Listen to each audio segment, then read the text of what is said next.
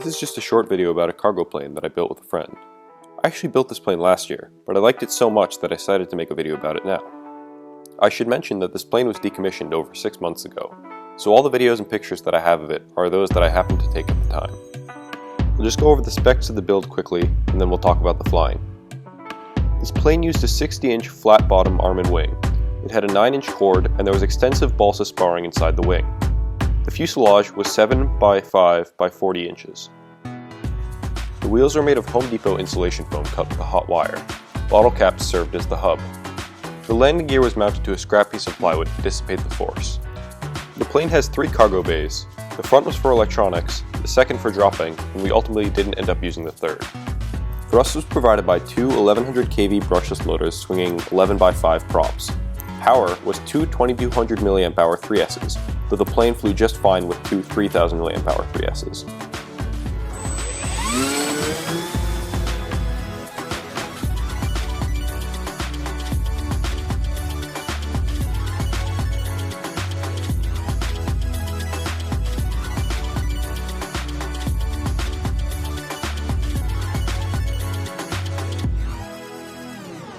As you saw, the maiden flight was easy and uneventful.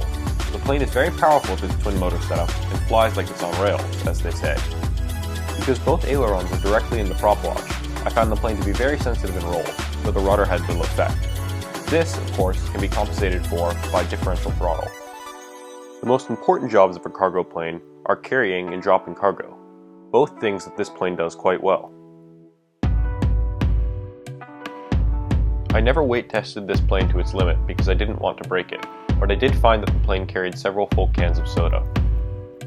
Cargo is dropped using a single servo, which releases a trap door. The door falls open under the weight of the payload and is then held shut again by the wind.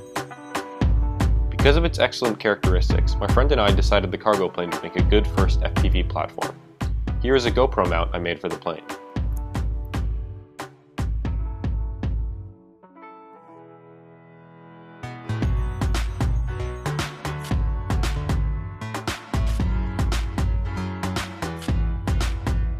This being my first FPV plane, I didn't really have anything to compare it to at the time.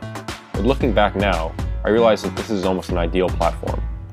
The plane is very stable and predictable, but maintains power and agility to allow you to do basically whatever you like. This was, and is, one of my favorite planes.